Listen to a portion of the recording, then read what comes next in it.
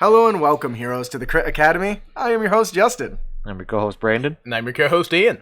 This podcast was created to provide you, our heroes, with new and reusable material for both players and DMs. We hope to inspire you with creative content that you can bring with you on your next adventure. Our show may not be suitable for young children, but neither is our D&D games. So our main topic today is the Malady Codex. There is a link to it in our show notes. You can find them at critacademy.com.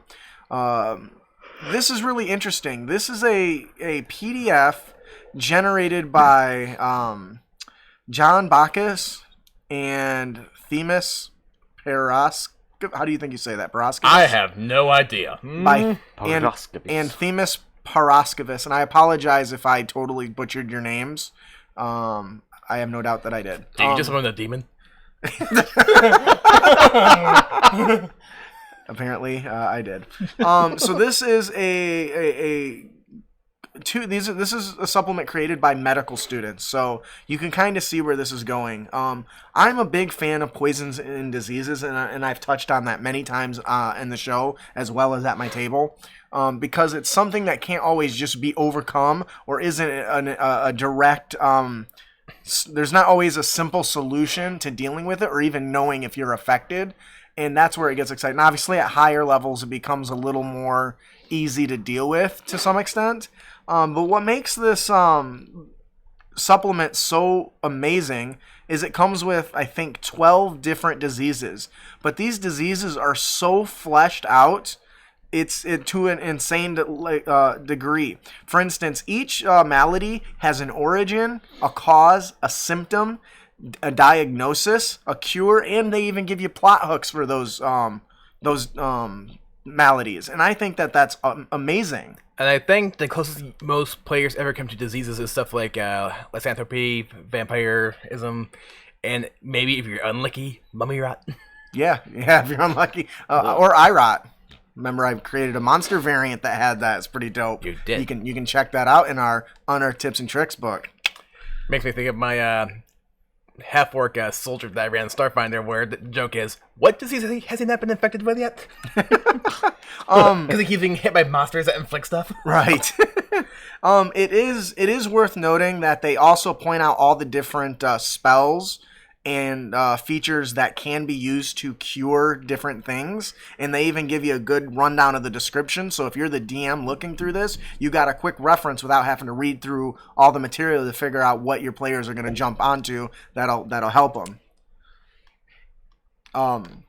So far, you guys have had a quick look at this. What are your thoughts going into this? I definitely skimmed through it, and I have to give the creative document credit. They definitely did a good job of documenting each disease he created very well. Yes, I agree 100%. And it's what you would expect from people that actually understand how diseases work, right? At least I think. I guess hope so.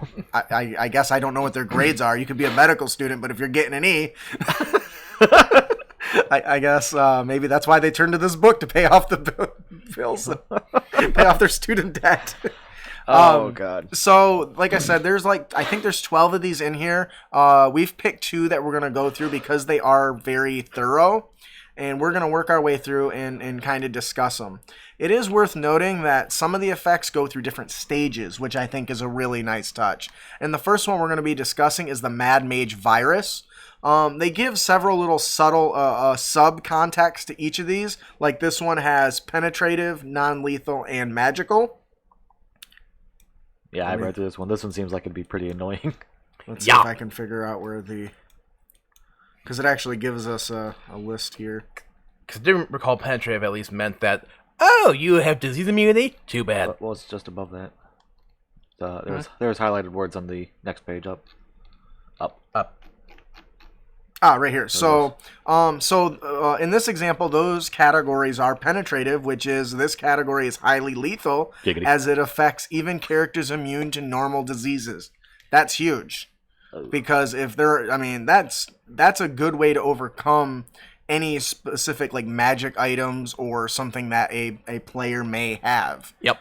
Now that's also a good way to piss off your player who has said device. So if you're going to do that, don't do it too often, I would think. Right. Because what's the point? Oh, I've got this thing that makes me disease, and I ran into the one thing that's, it doesn't affect me. So do keep that in mind if you're going to be using something like that, and they have features like that. Yeah, it'd be like if a player decided to build a baritone barbarian, and then the DM just has to make a campaign like, you're gonna fight all psychics. Dang you! Fuck you! The next category is magical, but it breaks it down into 3: magical, divine, or natural. This is a category that's actually used to help determine what skill check is used by the player to learn more about a particular ailment. And of course, magical is arcana, divine is religion, and natural is nature. So this is really cool because it gives different categories for the DM to utilize for their players. So, Ian might be really good at Arcana, so he might, be able to figure out this one. But then on the next one, it's up to Brandon, who's got nature. So I think that's a really, really cool little thing they did. And then of course the last subheading category was lethal and non-lethal. Guess what that is? Either the disease leads to death or it doesn't. So by categorizing it that way, you can get a quick glance of know what to expect. So, like I said, we're gonna start with the Mad Mage virus. Brandon, would you like to read the little text in the box there, and then the origin? Flavor text? Yeah. Every wizard needs a signature world-ending thing. This nutcase decided to make viruses. I'm really worried about those who dabble with the arcane ways. Can you tell us a little bit about the origin? The origin. Some wizards prefer to see their victims blasted by fireballs, while others prefer to punish them with haunting illusions. The maddest of them all decided to create a virus using forbidden transmutation magic. This highly adaptable virus changes depending on the host's actions. That's pretty interesting. So I like this because he gives us an origin that says, hey, this is something that's man-made. Yep. Right? That in and of itself this is one of the things that makes, for me, an entire, you can do an entire campaign around this, I think. Oh yeah. It gives you the origin, so you could pick the villain. Why did he create this to begin with? Maybe it wasn't villainous, maybe it was an accident. That would be an interesting campaign. Maybe you go through this and you're expecting to find this really evil guy, but instead you find this good guy who was trying to make a cure for something and accidentally created this virus in the process, and he's working hard to fix it or something like that. And that does make sense, actually, because the medical community are trying to find ways to use viruses for various treatments. Right. Like gene therapy is the big example. Hey, Yeah. Ian, Yeah. did you just try to log into the Crit Academy Gmail? I did last night. Keep an eye. Alicia's been doing a lot for us, so that could be her as well. Does it say it's from Vienna Road? Vienna Township. Yeah, that's probably Alicia. She's been, real quick, kind of off the show, Alicia's been helping with the promotions and helping monitor the finances and all that stuff. So, mostly because I've got too much on my plate, and I was just telling him that earlier. So, anyways, so kind of back on track. So the origin is a powerful tool for being able to quickly convey where, this disease came from. Obviously, man-made, that's a big deal to me. Ian, would you like to tell us some of the causes? Oh, causes. Oh, man. That's not good. The virus is airborne. Which means it can be transported through the air. Makes sense?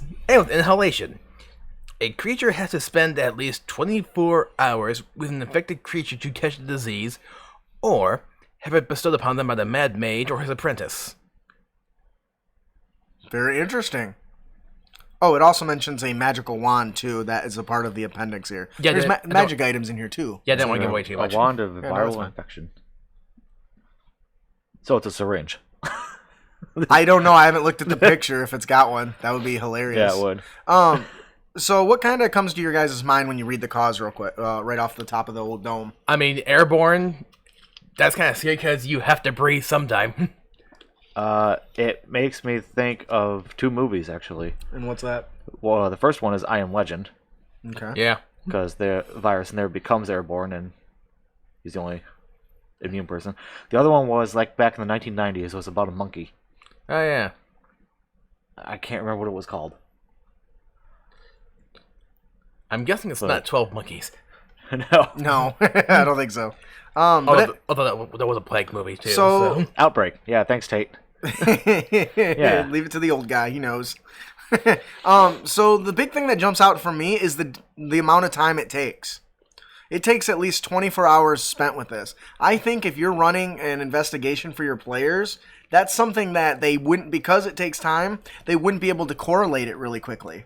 Nope. They wouldn't be able to say, oh, I got sick when I walked in that room. Something in that room caused me to be sick. No, it's, we've been in this town for 24 hours, and now somebody's sick. We've been to the nobleman's house. We've been to the blacksmith, the merchant, the inn, the tavern, the whorehouse. We've been to all these locations, so how are we going to narrow down where it came from?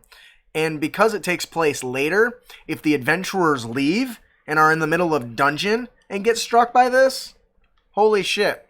What kind of havoc is that going to cause? So I like the delay that comes with that.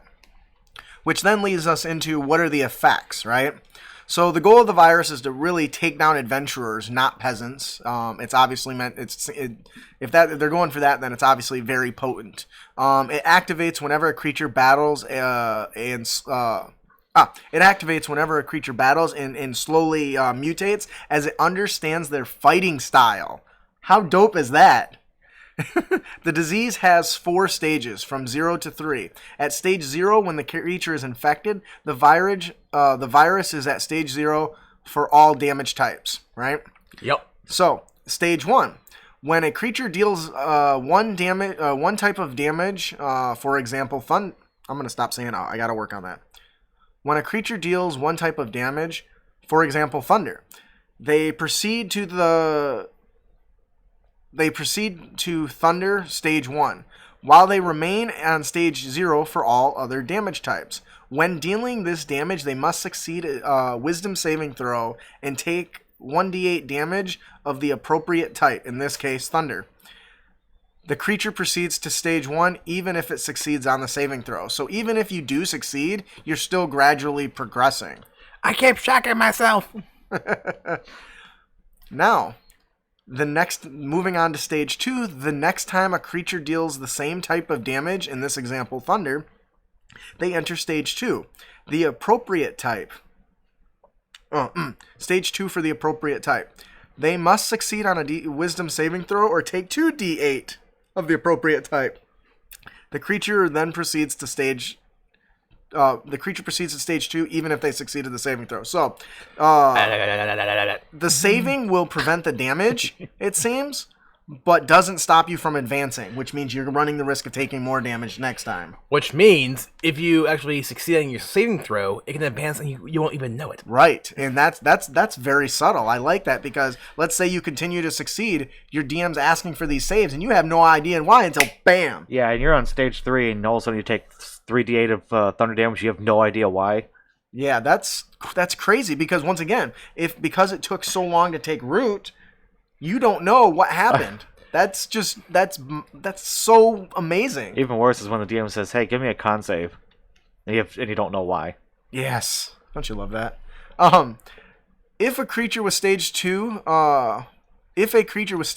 for one type of damage deals that type of damage again, the virus proceeds to stage 3. They must succeed a wisdom saving throw or take 3d8 damage of the appropriate type. Additionally, the parasitic aberration manifests, even if on a success. That sounds creepy as shit. It is. I read the stat block. So now we've got this kind of idea. It sounds like each stage has to be tracked separately. So as a DM, I am going to say that sounds like a lot of work. Well, actually, it does say that if a creature does do a different damage type, the one that has been building it resets back to 0.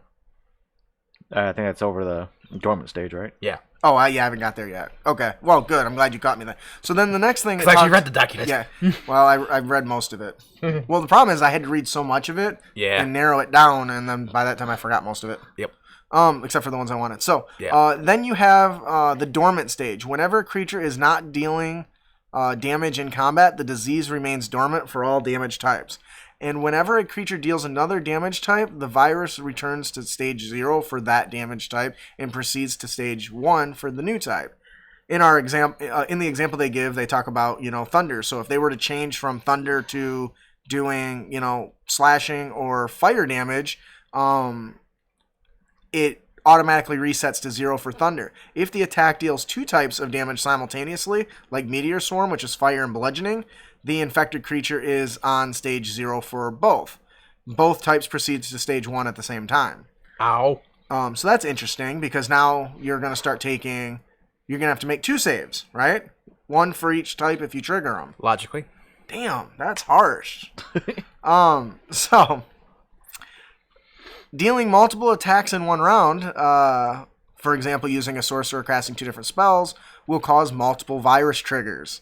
So, if the host dies by any means, including damage taken from the disease, the virus is on stage 1 or 2 for any damage type. It manifests as a Malady GP41. Malady?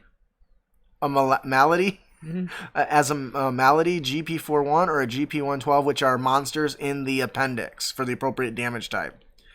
When the virus mutates into an aberration, read the... okay, so before I get into that. So, right now, we've got this thing that the player is driving its progress. Yep. So, if you have that player, Warlock, who always casts fucking Eldritch Blast, he's probably going to trigger it much faster than, say, a wizard who's constantly changing up their element, right? Yep.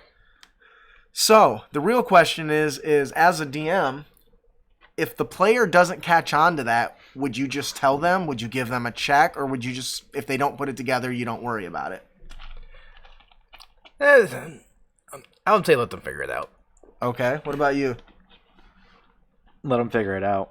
It's if they don't put the trigger together. Oh, I cast Eldritch Blast. Boom! I took force damage. It's probably the only thing because when you read further, there's only one symptom. There's only when they cast a spell. Yeah. Yeah, that's it. Okay, fair enough. And it says it's very difficult to diagnose because of that. Right. So then it goes on to say, when the virus mutates into an aberration, read and paraphrase the following. It gives a description of this thing. It gives a very good description of this. I don't know if I want to read the whole thing though. I want to just kind of move on. So it gives a description of this creature manifesting.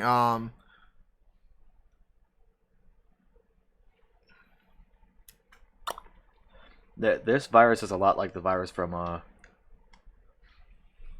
was the last Alien movie? The what? Last Alien movie. Not last enough. Alien Covenant. Covenant, yeah, because the very first xenomorph that they made, it wasn't called a xenomorph; it was something else. But it was Is that the white one? It was a spore disease that manifests into an aberration. Right. Which is the betamorph or whatever it is. Right. So they do give a really cool description that you can read if the creature does manifest. Ian, would you like to tell us about the diagnosis that comes with this disease? Sure. Or this malady. Obviously, given the type of disease it is, the diagnosis is not easy. And since there's no symptoms other than the pain inflicted upon the user by the damage, the creatures can follow the disease's pattern with a successful wisdom investigation check. And also, a successful intelligence arcana or wisdom medicine check can provide the creature with insight on both symptoms of the disease and its cure. That's right, it has a cure. So I guess you could tell them. Yeah, it actually gives you... I forgot the diagnosis was the thing, even though I read it already. So the diagnosis gives you, the DM, the guidance they need of how the players can detect this sort of stuff. And a DC 15 Wisdom investigation check is interesting because in the player's handbook, it talks about doing different modifier types of checks. And this is a good example of that because normally an investigation is intelligence, right? So that's really cool. I like that. Although I can see wisdom kind of makes sense just because wisdom is common sense. And you go, hey, dude, you're shocking yourself when you cast lightning. Right. Knock it off. And it allows them to find a potential cure, which for this disease is an absolute bitch. Yeah, let's actually go on to that one. I thought that's where you were going. Yeah. I was like, dude, you nailed it. When the Mad Mage created this disease, he made sure to bestow upon it the power to be incurable by casting a wish spell that brought him to the brink of death. I'd do it. As a result, there is nothing that can cure the disease except for a wish spell or a cleric's divine intervention ability. However, disease is cured automatically when the virus mutates into the aberration.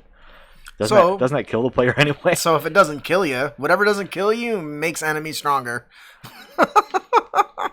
This is really interesting because and that's one of the reasons why I picked it, is because the cure isn't something that's readily available. It's not snap, you're taken care of with, restoration or whatever the spell is. Rejuvenation, maybe. I don't remember. And this is where I can see it becoming a campaign. It's because you need something like the wish spell. Yeah. Or the divine intervention. Otherwise, you're boned. Unless this thing does form and doesn't kill you and then comes out. But at that point, if you've been with other people, likely they're infected, right? Because that's the other thing. If we're partied up, I might get away from it, but it's going to now affect you guys. That kind of gives me vibes of kind of like The Thing, the John Carpenter movie. I actually have not seen that. I have not either, but I know enough about it to go, dang! Right. Lastly, they give you actually good plot hooks that tie into it. In this particular case, we've kind of talked that this is a very player-driven disease, and seeing the player character rise up to the challenge and beat it would be quite rewarding. You mentioned it being potentially an entire campaign sort of deal, or tying into and being like a subplot of a main campaign. I think that what makes it interesting is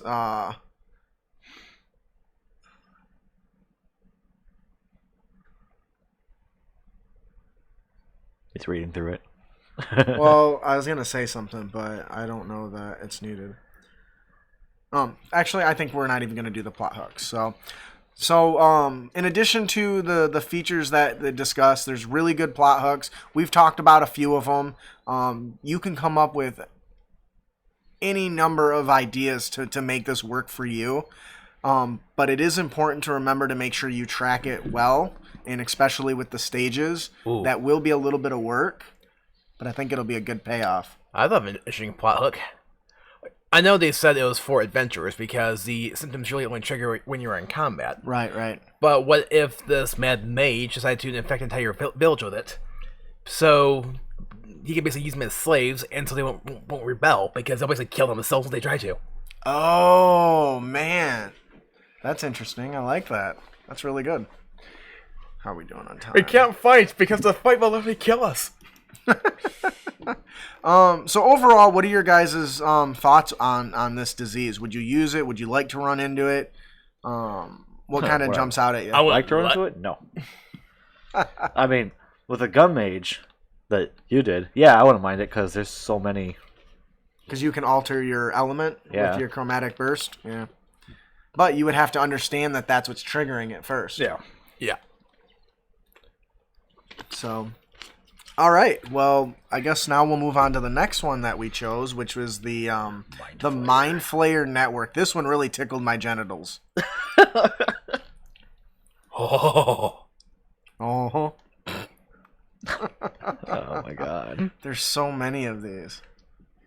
There really is. I just like to point out that there's an ISTD, an interspecies sexually transmitted disease. Interspecies. For all those little horde players. Yeah, I think that's hilarious. Yep. That made me think of webcam PvP, where a DM decided to run an all-women's adventure with all her her gal friends. Uh-huh. And her sister was playing a player that liked to sleep around or hit on guys. Mm-hmm. And they fast forward a little bit when they were going through each player summary. Her sister, I got the clap from a gnome. You've been nerfed. Jeez. I'm not a good gnome. Actually, Ed, if you got any interesting insight into something like this, because I know that you're... No, not the STD, you fuckers. That's not where I was going with that, but that's funny. I was actually suggesting because of the nature of your job. He's not a Navy guy. No, but he's... What the fuck? Hey, I never caught anything. My friend did, but I didn't. You dodged a literal bullet? That's just I know a former Navy guy as one friend, but he's still getting his shots. he says penicillin cures most. Ah, yes, the lesser restoration of the human world. A disease cure that was actually found by accident. That's funny. All right, so moving on, we're gonna discuss one of this. Honestly, was my favorite of all the things I read. It's the Mind Flayer Network. Now, this is a non-lethal magical effect. And that's one of the reasons that's interesting to me. It's not lethal. It doesn't even hurt you. Not really. Do you want to tick up that flavor there for us, B? Yes. Non-lethal magical, I have unending worry about illithids. Those damn aliens brought us even more than we could have imagined. If anyone you know sees purple, bring them to me. What the hell? The fuck? Oh, there's a reason for that. So, this is a virus that hijacks the senses and connects creatures to like a hive mind, but only as an extra set of eyes and ears. Basically, the mind flayers are always watching. Do. Now, in some of their diseases, they got these little excerpt things where they talk a little bit about their own experience, and says this is loosely derived from the variant Creutzfeldt Jakob. I guess I don't know if I said that right, but okay. Most commonly known as mad cow disease. It is caused by prions, which are proteins with abnormal structure that can also turn normal proteins into misfolded and thus pathogenic proteins. It presents itself with symptoms of the central nervous system, as such as psychiatric disorders. Pathogenic. God, I'm a fucking idiot. And thus pathogenic proteins. Oh shit. Okay. So this is interesting. So they took something that does exist and tried to incorporate it and change it so that it fit the fantasy realm, and I think that's fantastic. You know, that's why I can't give blood. Because you're crazy? No, because I lived in Spain between a certain number of years, so I may have mad cow disease dormant within my system. Are you sure it's dormant? I don't know, because it does say psychiatric disorders. That's what I was getting at. Just saying. So the origins of this disease in the fantasy world are eons ago, an elder brain's whole network was brought almost to ruins at the hands of the Githyanki. Struggling to survive, it had to adapt and find a way to expand its reach. In a moment of satanic brilliance, the elder brain reached a conclusion. Not only Illithid should provide it with the information it needs. Soon, the surviving mind flayers connected with his elder brain were tasked with a mission of paramount importance, and that was to spread this virus, which would act as a Trojan horse and an infiltrator in a creature's senses. So, first of all, that's dope as hell. First of all, I love Trojan horses, and the fact that they touched on that little bit's pretty cool. But this guy's entire network broke apart, so he had to find a patch solution. Much like most of the mechanics that I work with, they just patch things up in whatever way they can. And his solution was to spread his hive mind to other creatures besides Illithids. Because if I'm not mistaken, that's how it normally works, right? Yep. All the Illithid are connected. Hey, Odysseus, somebody left us this wooden horse as a gift.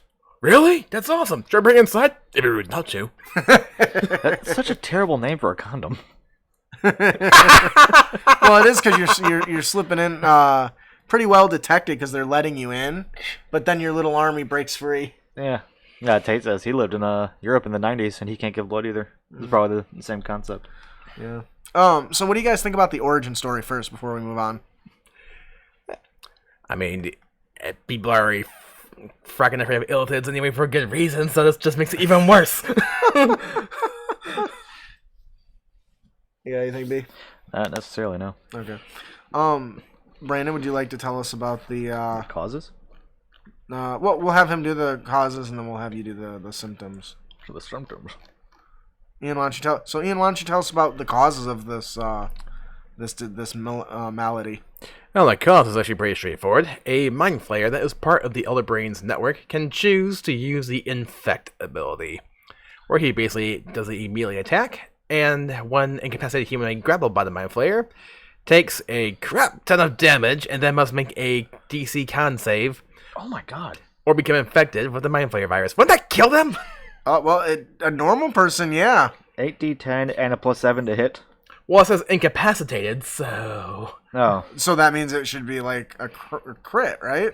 I would think so. So the real test is to survive first. If you survive, then you become this thing's bitch, okay? However, the Mind Flayer might choose to instead infect the brain by changing its chemistry instead of eating the brain. Ah, got it. So this is interesting. So it's done through this attack, right? Which means this probably can't infect weak people, right? Probably not. I mean, I just imagine him, wrapping his tendrils all around somebody's head. And, oh, he died. Pop out his brain. it's like the little head slugs from Futurama. So the cause is pretty straightforward. The Mind Flayer has to do it directly. So that's interesting. And there's another section you didn't finish. Yeah, I was like, the man, top. that seems like it's missing something. And then it leaves the victim to be eaten by other animals or creatures. When the host is eaten by another creature, that creature must make a intelligence saving throw, which is very high, or become infected by the disease, also becoming a host. This means that one might contract the disease via the food chain. It is improbable for the disease to survive on a non-intelligent host for more than a month, as it needs to devour emotions and thoughts from beings of higher consciousness to thrive and survive. Okay, so that makes it far more interesting because now, even if he does, suck out the brain and devour the brain of a critter, anything that eats it can spread. So it does say that it devours it survives on emotion and stuff. So I can easily see this transitioning to, what was the duration? a month For non-intelligent creatures. for non-intelligent. Okay, so if any creatures in the area are hunted, they can still pass on the virus, but only within a certain time period of the event. Or if the dead body is eaten by scavengers, Oh, there you go. and then those scavengers are eaten by predators, and so on and so forth. And it just kind of creates this chain. The food chain. That's exactly what they touch on. So that's pretty sweet. It almost makes you want to go vegan. No, I would much rather be under the control of a mind flayer than be vegan. I did say almost. Not that I have any problem with vegans. I just like steak too much. All my wife's best friends are vegans. None of mine. I don't have any, but all of her friends are vegans. And guess what I do? Eat chicken when we all go out. I like bacon. I tell you what happened. We were out with we were doing this thing, and we were all protesting and everything, and they all went out. And these two ladies next to me are like, these people have no idea what they're eating with meat. It's just so disgusting. The waitress comes about a half hour later. Who got the chicken taco? That's me, sitting right next to this lady. The look on their face, priceless. Oh, Anyway. I know exactly what I'm eating, and it's delicious. Yeah. I did stop eating bacon and ham for a long time because I saw a video that disturbed me, but that's a whole nother discussion. It says fruits and vegetables are not food. It is what food eats and poops on. Kind of in the same vein, Tater. Salad is what my steak eats. I did not move to the top of the fucking food chain to eat carrots. All right. So actually, moving on. So now we know how this thing is caused and where it comes from. What are some of the symptoms that people start seeing? Beer as a salad. Excuse me. Symptoms. Beer is a salad. Is that what he said? Yeah.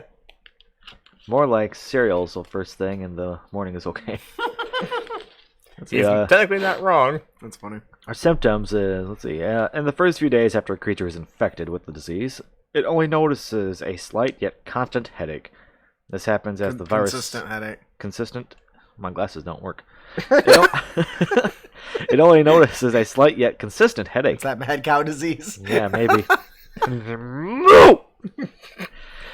This happens as the virus spreads all over the brain. All over their brain. Hijacking all senses and preparing to transmit all signals to the elder brain. 1 week after the unfortunate event, when the creature wakes up after a long rest, it views the whole world as if a purple filter was applied to its eyesight. Oh, that's dope. Everything seems to some sort Everything seems to be some sort of shade of purple, but other than that, it's perfectly normal. After a few minutes, its eyesight is restored to normal. What a crap, man! I'm colorblind. 2 weeks after the initial infection, the creature has horrible nightmares, horrifically realistic and without reason in them. These foul dreams are simply images the infected receive from other mind flayers. Having no psionic abilities and a totally different biological structure, most creatures conscious is unable. Yeah, most creatures. It's probably supposed to be most creatures. Most creatures is. No, most creatures' consciousness. Yes, most creatures' consciousness is unable to. Are unable. It's clearly English is not their first language. I want to talk. You said their names wrong. Okay, so Porky. That's about right. Most creatures' consciousness are unable to process the images, which results to it becoming confused, lethargic, and losing its focus. Apply a short-term madness. Yes. You like that, don't you? Yeah. If this condition persists without cure, the inflicted creature gains an indefinite madness. Okay, so Ouch. This is cool. It starts off as something that just happens occasionally, right? You wake up and you see purple and shit This ain't so bad. and weird shades. Well, you're not gonna know what that's gonna mean. That's gonna be you describe. Oh yeah, when you wake up, you notice everything's in different shades of purple, and Yeah, and 2 weeks later, you're eating the copper coins out of your pouch for some reason. I think this is really cool. It's subtle. Once again, that huge delay means it's really difficult to correlate it to something. I could also see it too. Like, the symptoms are so simple. When you wake up, I can see some players going, "What did I do in the bar last night again?" That's funny. But see, that's the thing, though. Because it takes place after, they could blame it on something that happened the previous night. I was fine yesterday, not fine this morning. Well, man, there's some noise shrooms I got into. Ian, do you want to tell us about how they diagnose it? Diagnosis. The presence of the virus is difficult to locate without the use of magic. In fact, only a detect good or evil or detect poison or disease spell can accurately diagnose the infection. Which, depending on your party, nobody might have. So, this is once again, I really enjoy this. The cure is what's really interesting. So, to get rid of the virus, potent magic must be used. As it is deeply rooted in the brain of the infected creature, a calm emotion spell can suppress the effects of the madness, while a lesser restoration spell can actually rid the character of the short-term madness. But the remove curse or the dispel evil might also prove effective in removing the virus early on. If the virus has reached its final stages, then a greater restoration spell is needed to cure the disease.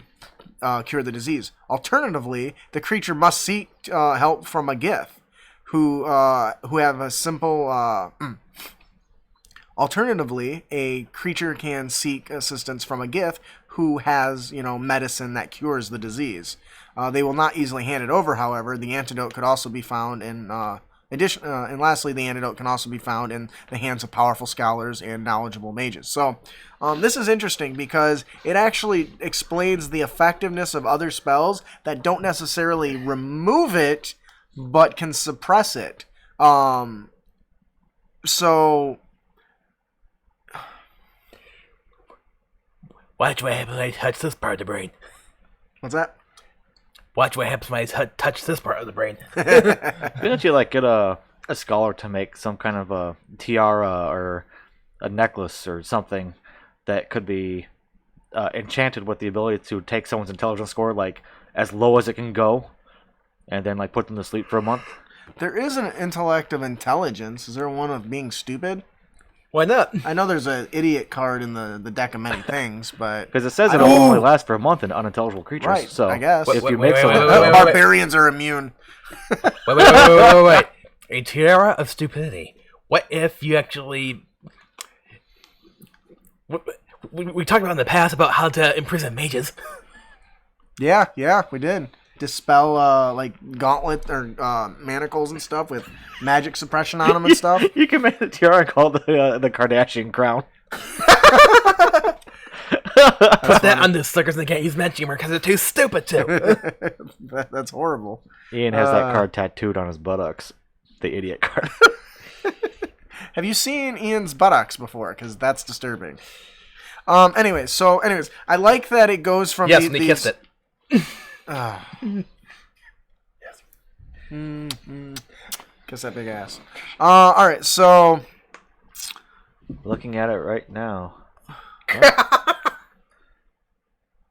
He's talking about my face. He's talking about his face. That's funny. Right now, ain't I? I'm too slow for your quick-wittedness, Tate. I'll be honest. Anyways, so it's really cool that weaker effects can, if you catch it early enough, the weaker spells can get rid of it. But if you wait too long, those are no longer good enough. Can only suppress it, and you need a greater restoration to actually get rid of it. So that's really cool. Once again, we've kind of touched on some ideas, but they give you some really good plot hooks. To them, this is truly a terrifying plot device. This virus could serve both as a reason why adventuring party are hunting mind flayers, which I think is fantastic, and as a trap for them, right? There are a few things as dangerous as having your opponent watching every single move you make, and I think that's what makes this interesting, because maybe what happens is it isn't an affection but a deal. What if you go into a town of, let's say, a village of not so nice people, like a village of bandits who have voluntarily been infected by this, so their overlord, this mind flayer, can watch and see everything that they do all the time. I think that would be an interesting idea.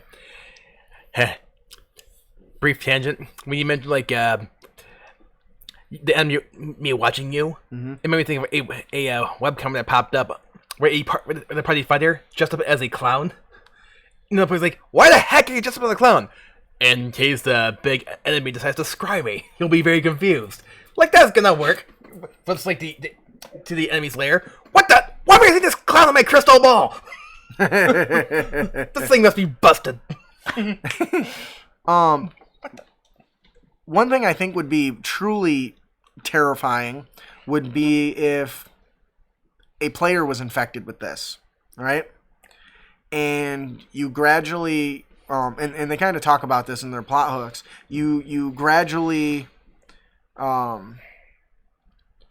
slowly turn up the effect. You start with just the minor headaches, and then they start seeing different colors, and they get these crazy nightmares, and finally you get to kind of see in the group that the enemy's been ahead of them the entire time, because a player has been leaking everything that they've been doing to the enemy. We've talked about using scrying for the enemy before, but this is even a more diabolical thing than that, because if the players set up elaborate schemes and are always being caught off guard, not only is that going to be infuriating, it's going to build up a lot of stress, and all that stress will get released when they found out fucking Brandon has been infected with this shit and not been telling anybody, and he's been leaking all the secrets. Or maybe he does know. That'd be if you want a rogue that wants to betray the group, that's a great way to do it. He can always just deny that he was in control, he was aware of it, So I think that this is amazing. This book is so well done. They've got magic items. They've got 10 more of these diseases. I think Jason and Themis. I think Jason and Themis did a fantastic job. What do you guys think about this? I think it's an interesting supplement to aspects of the game that most players just don't think about most of the time. It's true. Yeah, I think it's quite awesome. Because people go into these games just thinking it's like, okay, it's just going to be another kind of dungeon crawl, and we're going to fight, and we're going to get the loot, and that's it. And then the next game, you find out one of your players is vomiting rainbows for some reason, and you don't know why.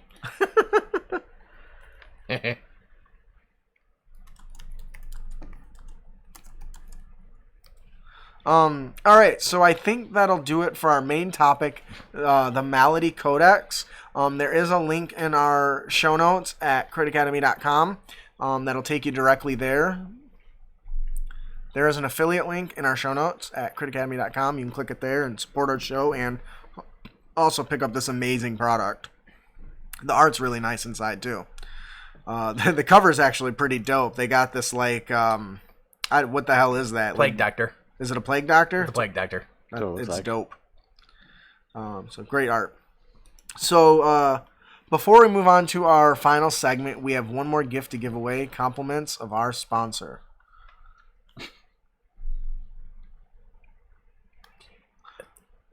Brandon, who's our winner today? Our winner for Lore Smith's gift is Seth Crockett.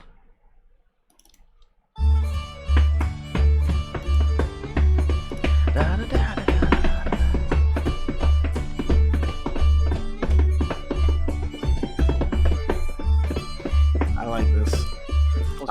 Anyways, congratulations to Seth Crockett. You are this week's winner. If you enjoy the adventure, please let Loresmith know, leave him a review, and help him improve his product. Our fourth and final segment is our unearthed tips and tricks. Every episode, we give you a character concept, a monster variant, an encounter idea, a magic item, a dungeon master tip, and a player tip. Except for apparently you don't get a player tip this week. Whoops! I forgot the player tip.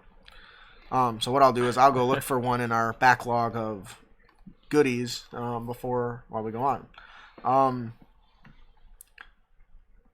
So this week we'll be bringing you more creative content for you to bring with you on your next adventure. Our first unearthed tips and trick is our character concept. Brandon, would you like to read that and then talk about it, but not actually read it verbatim? Or I guess you could. I think I wrote it pretty nice, but it's more bullet point, I think. The character concept is called A Touch of Poison. Ooh. This is a character concept that's less about, actual fighting and blades and steel and going in with all the glory, and it's more about a kiss that could pass on crawler mucus. Or filling your mead with a bit of assassin's blood, or maybe their strong smelling perfume has a bit of essence of ether. In any case, their approach to dealing with foes is designed to keep their involvement secret and catch their prey unaware. The dwarf race would be a perfect match for this, as they are resistant to poisons. That's right, they're resistant to poisons. And being proficient in a poisonous kit is a must. Ensure that you have some way to protect yourself in case you somehow get poisoned, like a lesser restoration, or lay on hands, or an antitoxin, potions, etc. That's Hey, does this react like chloroform to you? That's funny. I think that'd be a fun character concept, because doing that damage over time, or being able to control someone by saying, "Hey, you're going to do what we tell you, or I'm not going to give you the antitoxin to the poison I put in your drink." Yeah, it sounds almost evil, though. You know what comes to my mind when I think of this? What? Poison Ivy from Batman. Oh, yeah. Because she's not a strong fighter, but she finds these different mixes of chemicals and unique ways of poisoning her foe. And That's what's more like Scarecrow than me. They both, hers are actual poisons and stuff, though. True. His is just like a neural thing that makes you hallucinate, and that's it. Psychological. Yeah, fear toxin. But what I think could be really cool about this is if you, let's say you become a spellcaster, you can flavor your spells to be something like that. Like, when I think, like, Poison Ivy, for instance, I know in one of the Batman flicks, her kiss is poisonous, right? We don't speak of that movie. Whatever. Batman nipples. Her lips are poisonous, so if I was to, cast a spell, I wouldn't mind, blowing somebody a kiss, or running not blowing a kiss, actually giving, a quick kiss on their body, on the lips, on their, hand, whatever, to describe the spreading of the poison, when in fact you might be just using, charm person or something, right? So you could reflavor your magic to kind of fit that theme. But there's a lot of poisons. There's several different poison types in the DMG. So definitely consider picking up some of those. I know we mentioned crawler mucus. There's assassin blood. There's a lot of different types of poisons that you could go out and search for, and let your DM know you want a lot of those and you want to work towards getting those, so that you can drive this character who's all about sprinkling poison in somebody's drink or poisoning a food or something along those lines. Now it reminds me of a D&D meme. It was from an actual live action D&D show, and it's a rogue or a thief, and he's sitting there talking to the party. And he takes out his dagger and he goes, "I only coat my dagger with the finest poisons." And he licks it and he goes, "I probably shouldn't lick that." And he just falls over dead. Oh, I saw that. There was an anime I watched. It was, God, what is it called? It's got the Lightning Emperor in it. And anyways, in this anime I watched, this one lady does that. She creates little vials and leaves them places to poison people. And she creates she uses things like fans to create artificial winds to blow toxic, gases into rooms and stuff like that. And I think it would just be a fun character concept, especially if you constantly want to sneak into the goblin's fort and poison them the night before, you guys actually attack. If you can convince the team to not just charge in and kill everything. He got that one in the back saying, "Can I do this later? I feel like shit. I should have called in today." Well, it would be hilarious if you create a special disease that makes them have to poop a lot, and you just catch them when they all run to go take a shit. They just never come back. Get backers, maybe? What? Get backers? Get backers, it is! How did you know that? You Google. Lightning Emperor? Yeah. Yeah, it is get backers. Anyways, that'll do it for our character concept. What is our character concept name? No, the poison. Touch of poison. A touch of poison. Would you like to, Ian? Would you like to take our monster variant? Sure. We call this variant Lockjaw. It is based off of the. This is in fact based off of one of the poisons or diseases, one of the maladies in the book. And no, we're not talking about that dog from Marvel. A massive crocodile-like beast, with its damaged jaws being reinforced by rusty metal jaws, kind of like a bear trap. Yeah, that's good. And a metal spiked ball forcibly attached to the end of its tail. And the origin of this is a manticore. Basically, you replace the flying speed with its swim speed, and this new feature is Hold Breath, where it can hold its breath for 50 minutes underwater. And its bite attack gains the following feature. When a creature is hit by Lockjaw's bite attack, the creature must succeed on a DC 12 con saving throw, or become infected with the Lockjaw disease. Yeah. What is the Lockjaw disease, Brandon?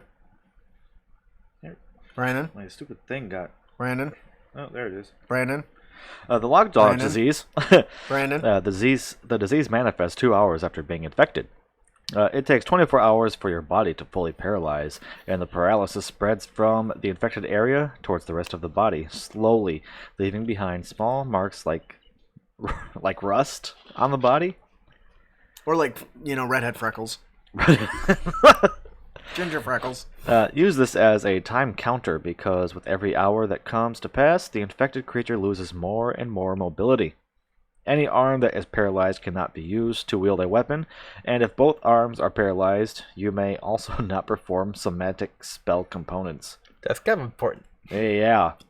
Spells are optional. One affected leg reduces your speed by 10 feet, and your speed is 0 if both your legs are paralyzed. No shit. When your whole body is infected, you gain the paralyzed condition. If left untreated for 48 hours, violent seizures overtake the infected creature, and they soon die. Oh, come on. If you lose your leg movement, you can still crawl with your hands.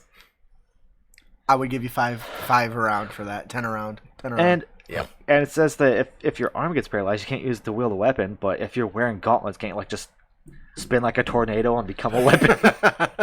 Like the Tasmanian devil, just spin and hopefully you can knock shit away. So what do you guys think of this monster variant? That's just nasty. A monster that can infect you with a disease. Yeah, there's a few of them. There's a few. I like this one particularly because you're not going to be aware of it once again till far after you've done fought that monster. So if you put this monster in an early encounter, right? And they're making their way through a dungeon or through some sort of challenge, and it gets caught. It starts affecting them in the middle of like a boss battle. Once again, they're just gonna. Your arm just goes numb, and your blade drops to the floor. What the fuck? What did you just say? No. That is not what happens. Hey, you notice that your skin is a very rustic color. What I was thinking when I ended up putting this character together is I thought it would be awesome for this to be a crocodile that could bite somebody and drag them, underwater. Because likely, or if drag them underwater, or if they're in an area where there's a lot of water, that they end up losing the function of their legs and falling in and drowning. Because I'm a dick like that, I guess. But what are other some scenarios you guys can see yourselves using this in or running into it at? Anytime you enter a sewer. Yeah, like what is the villain from the lizard from Spider-Man?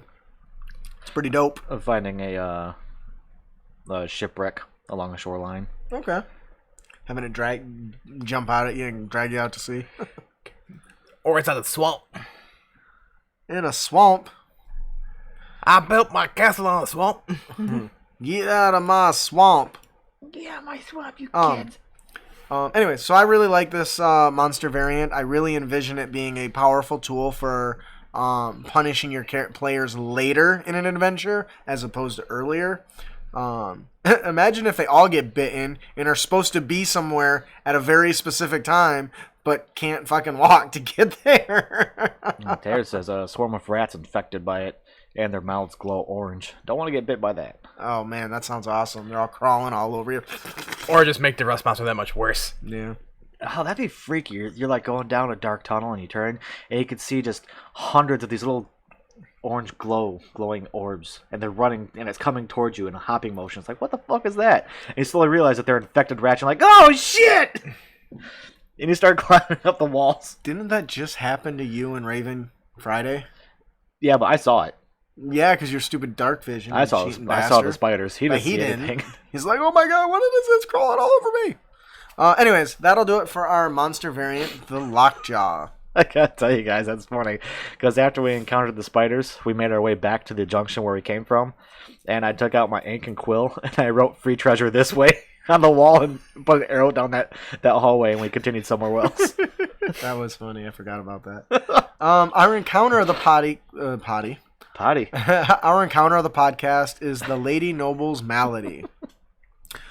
This is based on another disease in the Malady Codex. A noblewoman has been affected by a disease that is causing her skin to develop a pale or pinkish patches of skin, each of which are far more sensitive to pain. As her infection spreads, it begins to overtake her entire body, and the skin of the individuals, the skin of the noblewoman begins to become so pale that it's almost clear and translucent, revealing a most horrifying sight. This noblewoman's appears to be made of like a sickly muscle tissue, and most of her facial features are gone. Now, when this happens, if the players are just arriving in town, think of how something like that would spread around the town, and what the talk would be like of what has happened. A monster in the castle, or something along those lines, and you can use that to feed a little bit of information about this strange happenings.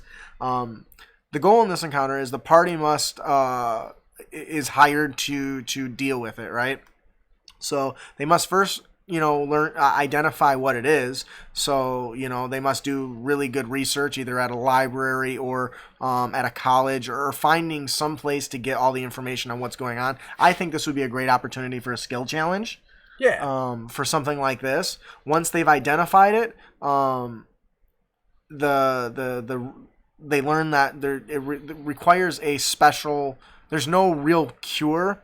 The only known cure for this disease is a special lineage of people. And the players have to find this lineage and convince these people to help. Now, this is where it gets interesting, right? Because you can make that lineage enemies of the nobles, right? Yeah. what other ways could you make this particular thing interesting? Like, how would you make it an interesting challenge to get somebody to help this noblewoman? Perhaps a lineage of people who have not gone outside their jurisdiction in hundreds of years, and they're afraid to. Ooh, so the challenge is if they can't get them to the noble lady, they got to get the noble lady there. But I can also see, going back to the way the world would react, maybe they would want to hunt or take this monster out with their pitchforks. May want to wear a cloak. Or 3. And a mask. And these gloves. Another thing you could do is that Here's a parasol. maybe that bloodline that can actually cure this, maybe there's only one person remaining, and they're in hiding or something like that. So there's a lot of challenges you could do with this in forcing the players to seek out this assistance. Now, what I think would be really interesting is the spell itself is like lesser restoration, but the way they perform the ritual is like slightly different or something weird like that. I think it would be an interesting encounter. It doesn't have to be a combat-based encounter, and that's one of the things that I really liked about it is it's not really combat oriented. It's more about searching and finding and in persuasion, getting the support you need. What do you guys think about something like this? An infected noble person, you need to find a cure. Seems straightforward enough. I think that'd make for some really good role-playing to find what kind of rewards they can get for it. Yeah. Because it's a noble woman. She's got to be rich. Okay, so let's bring that more into it. What if this noble lady is a piece of shit and everyone hates her? She's rude. She treats everyone like shit. Do you think the players would they bypass it, or would they demand a bigger reward? Or wait, you'll pay me how much? She's like yelling and screaming at people. I'm horrible. Look at me. Yep. You know, she's like, I can't live like this. On the upside, on the other side of that coin, what if she's like the kindest, most noblest person who's always out, like Princess Diana? You know, everything she does is for everyone else. You know, so I think there's a lot of opportunity here, and I think it would be fun as hell. So, Banquet of the Damned cover. Yeah, my wife. I work with that lady. That'll do it for our encounter. That'll do it for our encounter of the podcast, the Lady Noble's Malady. And for our magic item of the podcast, we got the Dome of Constitution, also from the Malady Codex, like everything else we talked about so far. I feel like there's a trend. No, there's a trend in every episode. It is a one-disc item that's rare, and this copper disc, which is 1 foot in diameter, is engraved with ailments symbol. It may be activated to create a permanent 20-foot glass dome. Any character resting under the dome for at least 8 hours straight may add a D8 to a con saving throw in the next 24 hours. The dome may be deactivated as a free action and activated once per day. This dome lasts until it's deactivated and may house up to 4 creatures at once. Oh, I'm here. Sorry I'm late. Did we get to the magic item yet? Yes, we did. Oh, sorry. Am I still getting paid? You're not getting paid. Tristram is a long way away. Just... Well, damn it. Diablo! Again! The Lord of Terror! Well, I'll see you guys next week. Or you can take the DM tip. Yeah, that was really funny. I see what that was nice. So what do you guys think about this this magic item? I think it'd really help. You said it's from the Malady, right? Yes, it is. And that makes sense. I mean, I think it's a good way to quarantine people who are infected with crap. So and honestly, exactly I think that's what it's supposed to be. Yeah. It's supposed to be a quarantine device against poisons and diseases. And because of that, I think it's fabulous. It really fits the theme. And they've got many more magic items, so definitely make sure you check them all out. But this one really jumped out at me because it's a portable hazmat tent, right? Yeah. And I bet there's a disease somewhere in there where you have to do a certain number of Constitution saving throws, and your immune system fights the virus, and depending on how many you succeed, right, it probably beats it. Okay. Once again, this is very simple, very powerful tool. I think that, to me, I think this belongs in a very specific type of D&D setting. It's a very utility item, and if your DM doesn't throw diseases at you, it's not really worth it. But I think that if you're that type of DM that likes to run that sort of thing, this could be really cool. Of course, I would probably put it in a situation where the players have to use it on other people and not themselves, because I'm an asshole like that. So, I mean, if you know you're going to cross a desert or a frozen tundra, maybe it's a good idea to put you and your party in it before you go. Yeah, because I guess I'm keep thinking poison, but there's other con saves that could go with that, right? Yeah. So that's really nice. You make an clever. excellent point. Enjoy it. You want me to crop this off because it won't happen again? I'll crop it out and you can resend it to you. Fuck you. That'll do it for our That'll do it for our magic item, the Dome of Constitution. Now you don't have to read this entire list. Just kind of point out a few of them. But would you like to take that one, Brandon? The Dungeon Master's tip. Yep. Okay. Dungeon Master's tip for this week is spellcasting services. Every Adventurers League document comes with a short spellcasting service list. Any settlement the size of a town or larger can provide some spellcasting services. Spell services generally available include healing and recovery spells, as well as information gathering. And those are also spells. Other spell services might be available as specified in the adventure. So this is interesting. Something that... Dick. What? Nothing. Something that I think that often is forgotten, that temples and in large, places of worship can be used as a resource for the players. So, in this case, we talk about the Malady Codex, removing poisons and curses and diseases at a cost. And yeah, like the Mad Mage virus. No. Sure, you can go to a monastery or somewhere and find what was this? What was one of the spells used to remove that? Greater Restoration probably is one. No, it was either Wish or Divine Intervention. Yeah, none of which are available. No, the laugh was like, well, I got good news and I got bad news. The good news is we figured out how to cure this disease. Great. Well, the bad news is we gotta kill you, then cast Raise Dead on you. Oh yeah, True Resurrection. Or Raise Dead. Yeah, there you go. So that's potentially that's a good point. So let the virus kill you and bring you back. So on the Every Adventures League document, you do find these.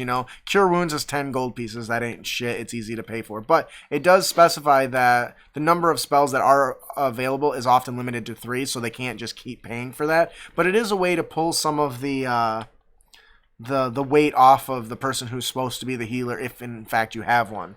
But they give good price guidelines for the different features. The one that jumps out at me is Divination, because Divination is a powerful tool that doesn't get utilized very often. And if you don't have a wizard or somebody else that can do it, being able to just go and talk to somebody in town that can do it can be very helpful. It also gives you special... it also mentions Resurrection and True Resurrection. And what I think is interesting is not only do they got ridiculous costs, Resurrection's 3,000 gold pieces and True is 50,000. It actually has a little note that says, in addition to paying the cost, players have to spend downtime, working off the cost. So you have to spend your downtime days doing service work at a temple to get access to those. So that's pretty interesting. How much downtime you need for True Resurrection? You got to do community service. It's 350. 350 days of community service for a True Resurrection. So basically a year. Yeah, and that's after you have paid for it already at 50,000 gold pieces. 50,000. Yeah, so don't die. So let me get this straight. You pay them money and they make you work for them for a year? Yes. That's such crap. Yeah, well, I envision, and this is just my opinion, I envision that it has something to do with the work that goes into it. Maybe there's some risk inherent to doing something so potent, or maybe there's additional costs like items. Labor, items, whatever, that they have to recoup or can't quite recoup when you do it. But anyways, as a DM, remember spellcasting services should be available in most of your bigger towns and cities and stuff. You make sure that option is available when players, think that, oh, we're really hurt or we got this curse. Well, we got to go find somebody to cure it. Well, you should be able to just find a sage to do that. It just costs you. Nothing's for free. So, but it's a very powerful little tool. In our show notes is a little copy of the segment that gives you all the prices. It's a good reference document. I recommend it. Check it out. That'll do it for our Dungeon Master Tick, the spellcasting services. So, if you're so good at killing the Batman, why haven't you done it already? Never do anything for free. When you're good at it, yeah. Our player tip of the podcast is don't be a dick. And you can avoid dickitude by not being a pansy. Go ahead, leave your shit at your DM's place. Something that I've noticed is a lot of people prefer to take all their stuff with them all the time. And Which often, yeah, and I can understand that, but oftentimes you forget shit. Right, Brandon? I never forgot my dice. I left them here. Because I leave my dice at my DM's I'm not place. talking about recent. There's been many times you and Anthony both showed up without having all your shit. Oh, showing up without stuff because we forgot it at home. Yes. That's why I leave my shit here. That's something that happens often. And as a player or as a DM, that's very frustrating when a player says, oh, I don't got my shit. What? Date says nothing is free, but Ian will always give you change for $1. You see what's going on, right? He's moving from targeting you to targeting him to see if he can get a rise out of him. He's like, yeah. Because he knows you can throw whatever you want at me. I was on a submarine, alright? Nothing's going to affect my ass. Yeah, we know. After being on the sub, I can't imagine anything would affect that ass. Nope. Now I fart. It sounds like a train going through a tunnel. I imagine it was more like... That's too loud. Every time I fart, it smells like burnt rubber.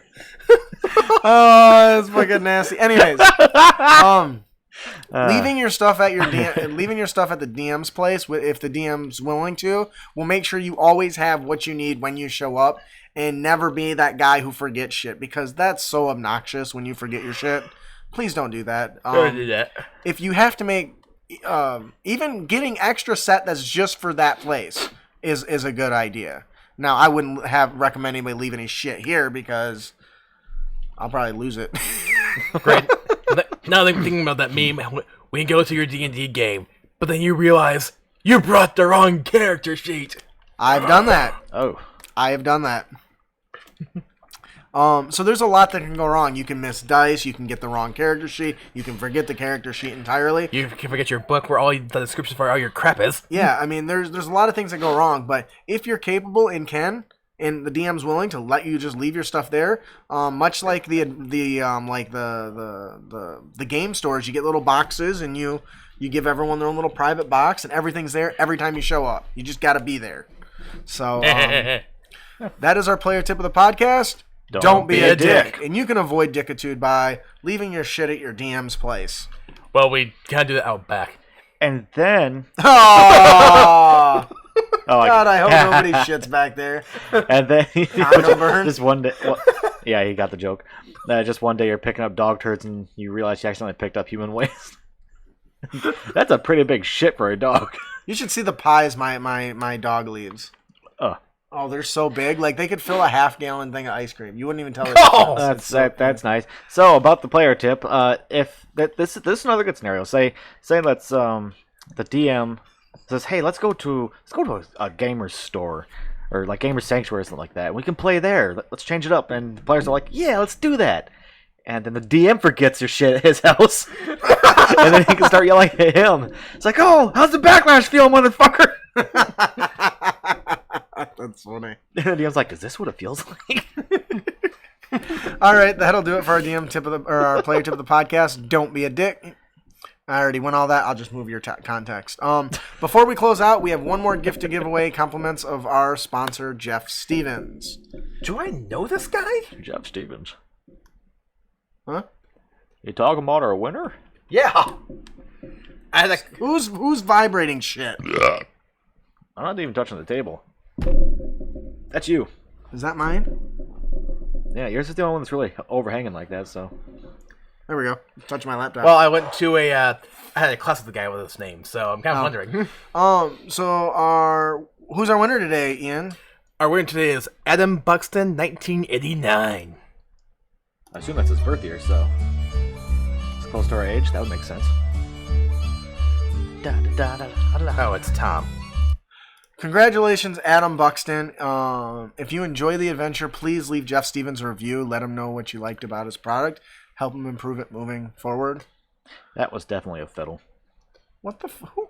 Nobody cares. Yeah, Matt last week, he was like, oh, those are bagpipes. Like, no, those aren't bagpipes. You can't hear the drones. No, that's a fiddle. I got it right. Stop talking. No! Never mind. I went to a class with a guy named Tom, not Adam. So that'll do it for our show. Please join us on our next episode where we hear Please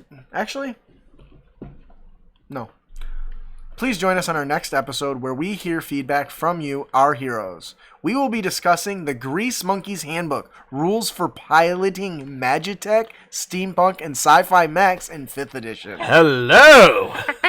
I thought you might like that. I'm super excited for this. I've been wanting to do this for a while, but I had other stuff on the list that's been there for a while that I wanted to get to. So I'm super stoked about this. With all the release of the Eberron stuff, this really just jumped out at me. Sure. If you have any feedback on our tips and tricks or topics you'd like us to discuss, please send them to us. You can email them to us at critacademy@gmail.com or find us on Twitter and Facebook. We hope you've enjoyed Sorry, I your was yawning. experience here at Crit Academy. We hope you've enjoyed your experience here at Crit Academy. If you did, you can help others find the show by leaving a hopefully 5-star review on iTunes or platform of your choice, or just send us a message telling us how much you love the show. Also, be sure to give us a like and a share.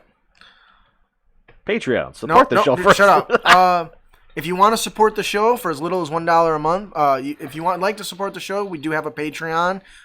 You can pick a best tier that fits your budget. Every little bit helps improve our show.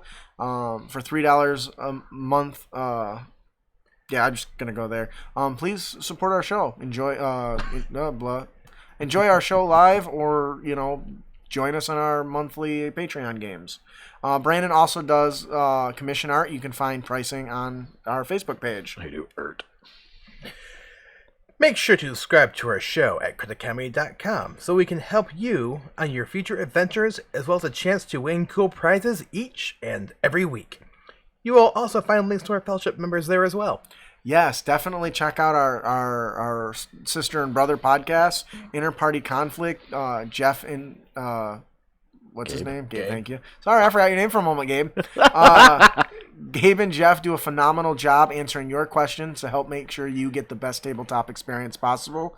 D&D Character Lab, every week those guys create just incredibly detailed characters and then argue whose baby is better, which I love. And definitely check out Brute Force and Ignorance. There's more to it than that. Shit, I forgot already. Luckily, there's a thing on our website. It's Brute Force and Ignorance and something. Man, I'm done messing everything up. There it is. Oh, no, that is it. And please check out Brute Force and Ignorance, a transatlantic live play D&D podcast. If you really like listening to that stuff, those guys are funny as hell. Jake runs a good one, and one of the guys, several of the guys are big fans of our show. So definitely check them out. Check it out, check it out, check it out. I am your host, Justin. I'm your co-host, Brandon. I'm your co-host, Ian. Thanks for listening. Keep your blades sharp and spells prepared, heroes. You haven't done the cool after thing in a while. Not in like 20 episodes, at least. Down. Yeah, you run out. It was never a long list to begin with. So there's something I want to talk about, and I guess our patron can listen. I was gonna send a poll or something out, but what episode is this? 109. Is this 109 or 108? Oh no, 108's next week. Yeah, it's 109. Yeah. All right. So once that's done doing its thing, Sure to win. All right, so something that I've been thinking about for a while, I've been looking at all the different business models for growing your shows, whether it's a YouTube or a podcast or a stream or whatever it is. I would love to hear your guys' thoughts. Huh. Still streaming. Yeah, it's okay. I don't care if he hears. Oh, okay. You did say you want to talk to patrons. Yeah, so. I mean, I'm going to tell the patrons eventually and get their thoughts because this is a group thing. I'm wondering if we should make our show live on Twitch all the time or on YouTube all the time, that anybody can watch it, and then do like a bonus recording or something, like a special episode just for patrons, so that we can get more chat involved in our show, because a lot of people they can't make the time. Yeah. Like some people watch it after the fact, which is fine. But I would like to get more community involvement in the conversation. And I think the best way to do that and to extend our reach, kind of like, I don't want to say Critical Role, but shows like Critical Role that give it away free, but also have another source of private stuff, like whether it's the subs through Twitch or Patreon or something like that gives something out. So instead of one of the rewards being watching the show live, we make it live to everyone, and then do a private show like an extra once a month that's just for the patrons. So it could be that we do one less regular show every month, and then so we wouldn't change how much we record, but it would be a private stream for just the patrons who are supporting us at 3 or higher. And that way we can get more people involved in our show all the time. So It says you got pals for monthly too. that's one of the other things as well. But that's something we got a comment about our next tips and tricks. Shared in my D&D group. Yeah, it reached like 700 people. Nice. Yeah. But anyways, so that's something that I'm thinking on, and I would love to hear your guys' thoughts. Now, there are problems that come with going live all the time, is we would likely have to be a little more on time. On the ball. Yeah, because usually we start a few minutes, give or take a few minutes late, which I don't know is a super big deal, but we'd also need to be more straight. I think more professional, I guess, is the word I'm thinking. But honestly, we're not professional, so maybe that's part of our charm. But what do you guys think of something like that? I think it's an interesting idea. Do you think it's worth looking and potentially pursuing? We could do like a demo. Maybe. We've kind of done something like that already. Or we could actually do like the free episode, if you will, once a month. That's actually literally what Ed just said. Maybe that we do one episode is free every month. And it's reoccurring. Over here. Yeah. No. That way. But even if I do that, we still have to compensate the other. Well, I guess they're getting 3 out of the 4 every month as private. But just something I'm looking into, because I want to grow the community to the point where there's a lot of chatter, a lot of talking, and all that stuff. Especially, I want people like Mr. Tate here to be able to have conversation back and forth. So that's something I'm thinking about and I'm doing. So I'm looking for ideas. I actually like what both Ian and Ed just said, so I might actually go with that. So we'll start with that. Maybe the first one every month will be a live stream. So Last year for all after Patron Pals. Yeah. So all right, I'll bring it up at the Patron Pals thing, and we'll discuss it then. So yeah. Thanks for joining us, Ed. You are awesome, dude. Goodbye. I wish everyone was just as phenomenal as you. Yeah. See you later, buddy. I feel like we need one more